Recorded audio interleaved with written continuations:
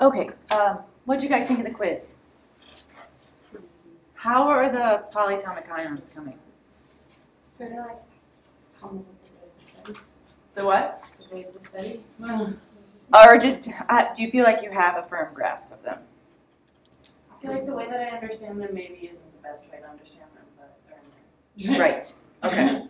That's good. I mean, that's the main thing, because when we lecture today, we're going to go through a lot of nomenclature, and if you don't know your polyatomic ions, it's going to be really difficult. So you've done a lot of the difficult part already. All right, let's take a look at this quiz. What's the formula for ammonium ion? H4+. Good. Sulfate ion? SO4 2 negative. Cyanide ion? CN negative. Good. Carbonate ion? CO3 2 negative. Good. Phosphate ion? PO4 3 negative. Good. Chlorate ion? ClO 2 negative. Oh, chlorate. ClO3 negative. Good. Bicarbonate ion? HCO negative. 3 negative. Good. And then nitrite ion? NO4. NO4 or NO? NO? NO4 negative. No. Nitrite, NO2 negative. Good. Good. Okay. All right. So determine the charge on an iodine atom with 54 electrons. -1. Good. So you could have written it like that, or you could have written I1 negative. Either one is fine. Which atoms are alkali metals? Was it barium? Sodium, rubidium. Sodium and rubidium. Group Because 1. they're down the group. I have a question. Sure. On the, well, I see the way you wrote up there. On the bicarbonate, when we copied them down from you originally, you had put 1 negative charge. Is it always necessary to put the 1 if it's just 1? Okay. It's your preference. Okay. Mhm. Are you counting off for not putting the ion in? Not putting the charge. Oh no, because for mine I put -1 charge. Oh, on number 2? Yeah. That's fine. Yeah, I see either or. So, okay, write the symbol for neon 22 in the form of this. How would you do that? 22/10. Ne. 22/10. Good. And then how many oxygen atoms are in barium acetate? 15. 15. 4. So we're just looking at oxygen. So, Oxygen would be the 4, because it's 2 times 2, right? yes. Somebody said something like that on the vocabulary. Yeah, so 4. Good. Very good. All right, let's continue on in our note packet. I think we stopped on page 9 last time. Is that where we stopped? Okay. Are we finishing it soon? We'll see.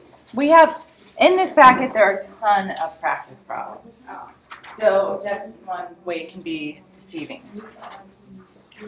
Okay, so I think we were right here. Perfect. Okay, that's what I have too. Go ahead and. Was it the insurance company? Oh, of course it was. So now we're just waiting for the police report. Sorry. No fun. Okay, so the empirical formula. This is the simplest whole number ratio of atoms.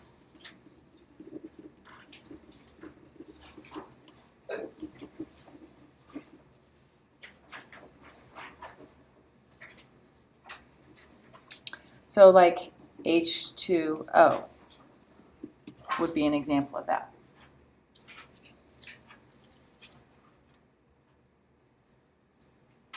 Now, a molecular formula is the actual number of atoms of each element.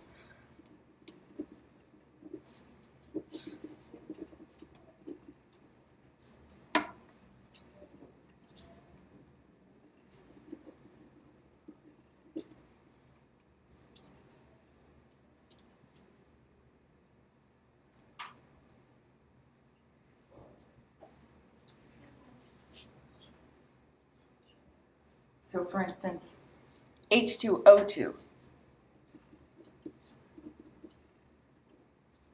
That's the molecular formula. This is called hydrogen peroxide. So that's the molecular formula.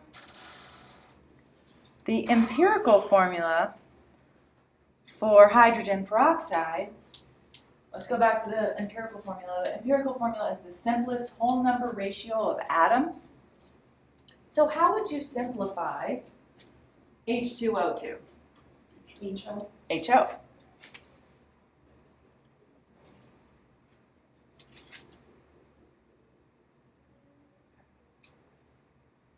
So we'll see more about this when we talk about ionic compounds. You'll see that ionic compounds use the simplest whole number ratio of ions, whereas molecular formulas don't. So non-metal to non-metal, you don't have the simplest whole number ratio. But metal to non-metal, you do use the simplest ratio. Liz? So, does that just mean that you just take away all the subscripts? Well, it depends, because if I had something like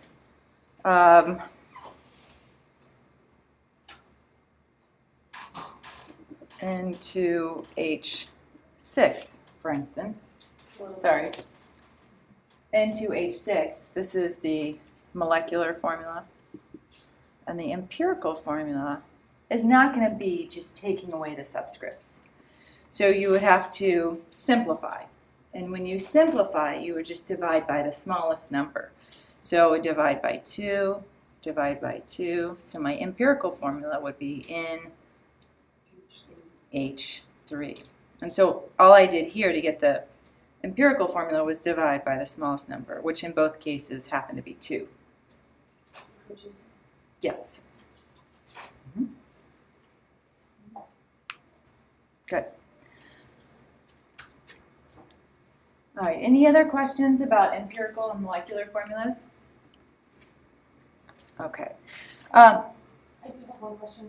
For the empirical formula, is that, couldn't that get kind of confusing? Because HO is clearly different than H2O2 if it's not explicitly said that it's an empirical or molecular formula. Right, it would have to be clarified for sure. Okay.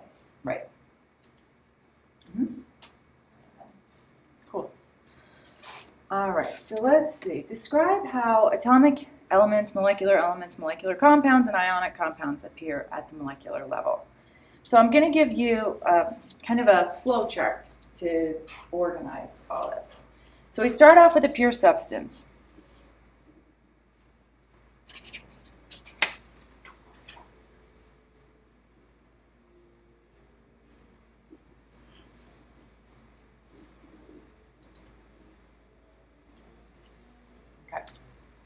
Have this pure substance. It can be either an element or a compound.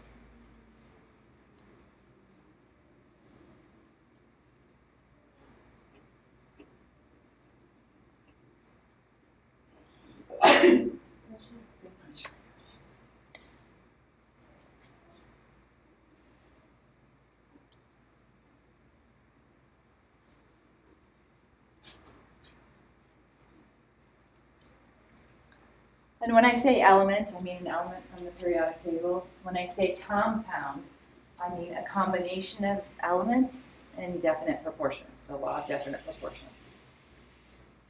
Okay, so you can have two types of elements. You can have atomic elements,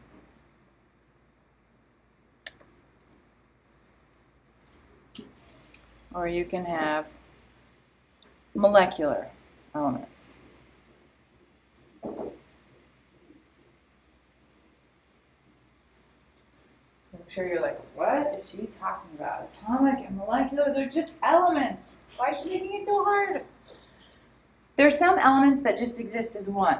So atomic elements exist in nature as single atoms. So this would be like copper. iron, silver. So it's just, Is this like particles like floating in the air? Do you mean like they naturally occur, like you can find copper in a lemon? exactly, it's just one atom. So a single atom. Now the molecular elements, those are the ones that you can only find in nature in twos. Bless you. So they exist in nature with two atoms. Hydrogen, H2, oxygen, O2. Oh, They're kind of like twins, right? Is it only two? Is it more than two? It's only two. Oh, okay. So I'll put twins. So exist in nature with two atoms. So they're called diatomic. So I have twins on the brain because in our neighborhood we must have like 4 or 5 sets of twins. That's very weird. You go to the pool and they're like, twins, twins, twins. So I know. You want to be careful. So there are certain elements that are diatomic, that occur as twins. And I always say the easiest way to remember this is Hofbrinkel. So Hofbrinkel.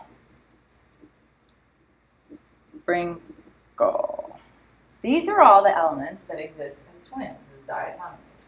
So when you go to buy hydrogen from a chemical supply company, you're not going to just get H. You're going to get H2.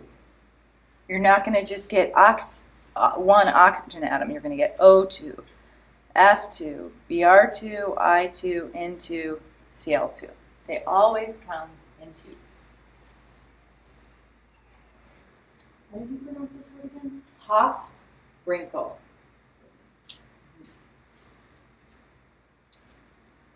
So the molecular ones, molecular elements are hydrogen, oxygen, fluorine, etc.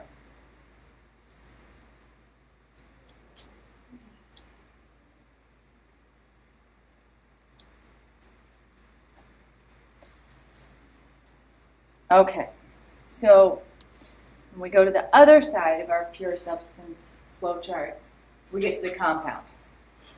You can have molecular compounds or ionic compounds.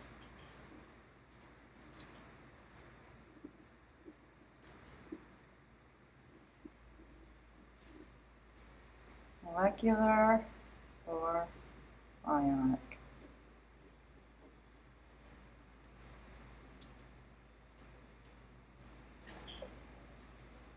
So the molecular compounds, this is what you're kind of talking about, Angela. These are 2 or more nonmetals bonded together. 2 or more nonmetals. An example of this would be H2O.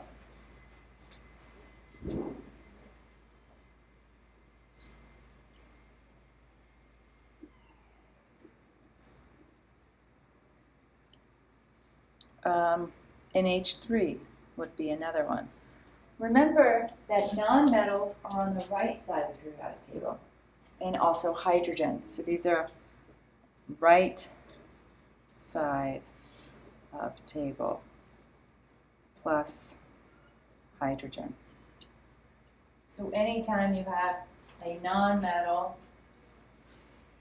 bonded to hydrogen, that's going to be a molecular compound.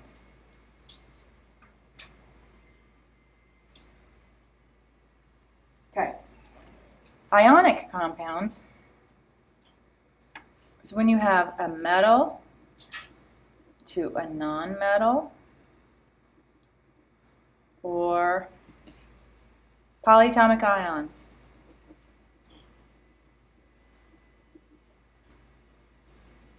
So ionic, we learned what ions were. They have charges on them.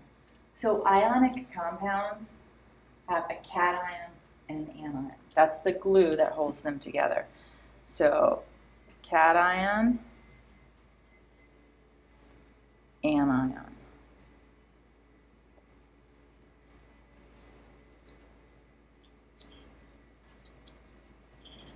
So when it, what's that? I thought that said cation. I know. I thought that for the longest time. Like, oh, cation. And then somebody I was studying this was like, what are you saying? It's cation. Thank you for that. Yeah, you're not the only one. Okay, so an example would be NaCl, because sodium is a metal, chloride is a nonmetal. So this is nonmetal to, or sorry, metal to nonmetal. Another ionic compound could be sodium phosphate. So you have a polyatomic ion and then a metal. So this. So where you have it says or polyatomic ion, Mm-hmm. what is it's like ionic compound or polyatomic ion, or is it the metal to non? Right, metal to nonmetal or a polyatomic ion somewhere in the mix. Okay. Mm-hmm.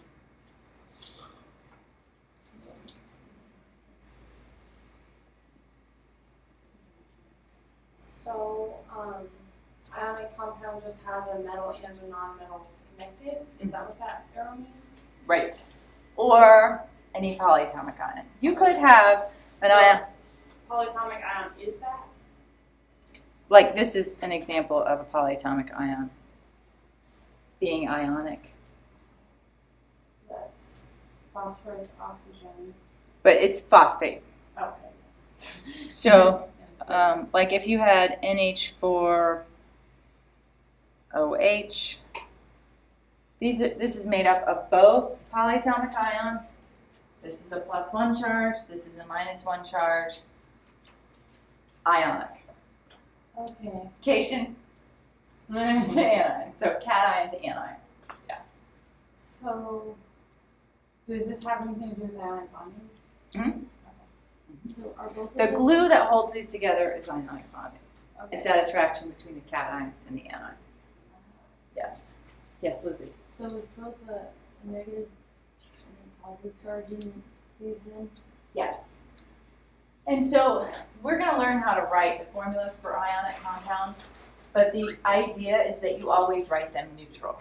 So like if I go buy sodium chloride from the store, I'm not going to get a charged bottle of sodium chloride. That would be bad, right? So it's always neutral, overall neutral, so because you have a +1 and a -1. That's why they're neutral. Yes. Somebody told me, they're like, you just don't write the plus and the minus. Yes. I was like, no, but it's because they neutral each other out. It's not because that you just don't write them. Those would be. Yes. Okay. So on the next page, I have some practice problems. So I want you to work on classifying these.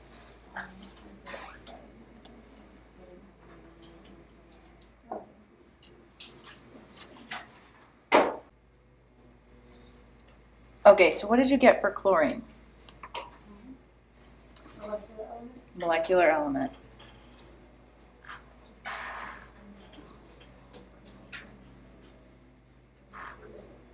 All right, and what about NO?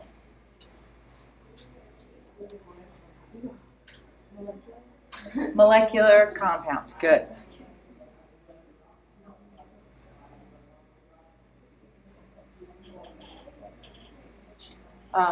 AU.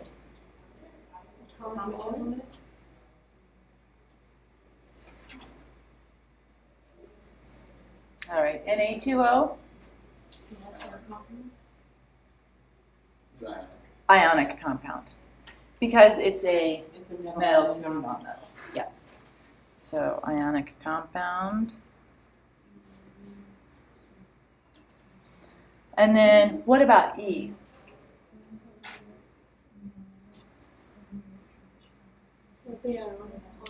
Ionic compound as well. So it has a polyatomic ion. Well, chromium is a transition metal. So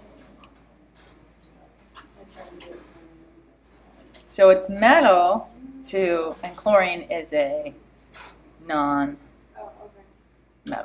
So even though chromium is a transition metal, it still counts. Okay. So you said that the last one was what? Ionic compound.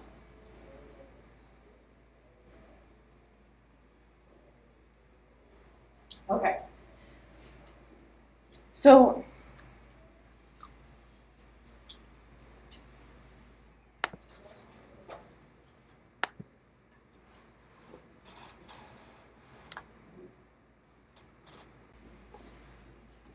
alrighty. So now we're going to learn how to write formulas for ionic compounds. And this is where knowing your polyatomic ions is really going to pay off. So that time that you invested over this weekend will be excellent. So this is kind of, we briefly touched on this, Angela. Ionic compounds must be neutral.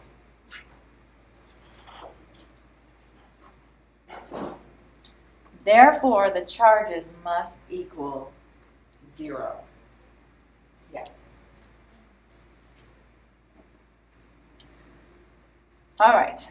So write a formula for the ionic compound that forms from aluminum and sulfur. So we're talking ionic compound. That means you need to find out the ion that each one of these atoms is most likely to form. How do you go about doing that? Yes, excellent. So use your handy periodic table, figure out what group it is and the periodic and which group it's in on the periodic table. Write the charge. Okay, so remember, group 1 is going to form a +1 ion because it loses 1 electron. Group 2 is going to form a +2 ion because it loses 2 electrons to get to that noble gas configuration. Your transition metals are in transition. Some transition metals lose 2 electrons, some lose 4. It's dependent on that transition metal. Therefore, we can't just put a blanket charge over this. We will figure out, we'll find a trick a little bit later on to figure out what charge these transition metals form.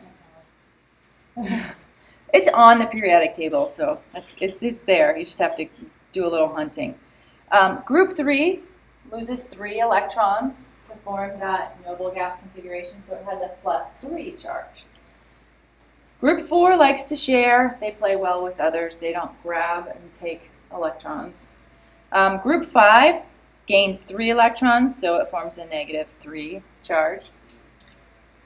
Group 6 gains 2 electrons, so it would be -2. Group 7 forms a -1 charge because it gains 1 electron. All right, so back to the question. Write a formula for the ionic compound that forms from aluminum ion and sulfur ion. So what ion does aluminum form? +3. Yep. It loses 3 electrons. So Al3+. Okay, and what about sulfur ion? Sulfur would be what charge? -2. Excellent. Okay. So now I'm asking you to write a formula for the ionic compound that forms between aluminum ion and sulfur ion. And I just told you that ionic compounds must be neutral. They must add up to 0. So I'm just going to do what I think is best. I'm just going to say ALS. But that's not neutral. But you still have a positive +3. So this would be +1.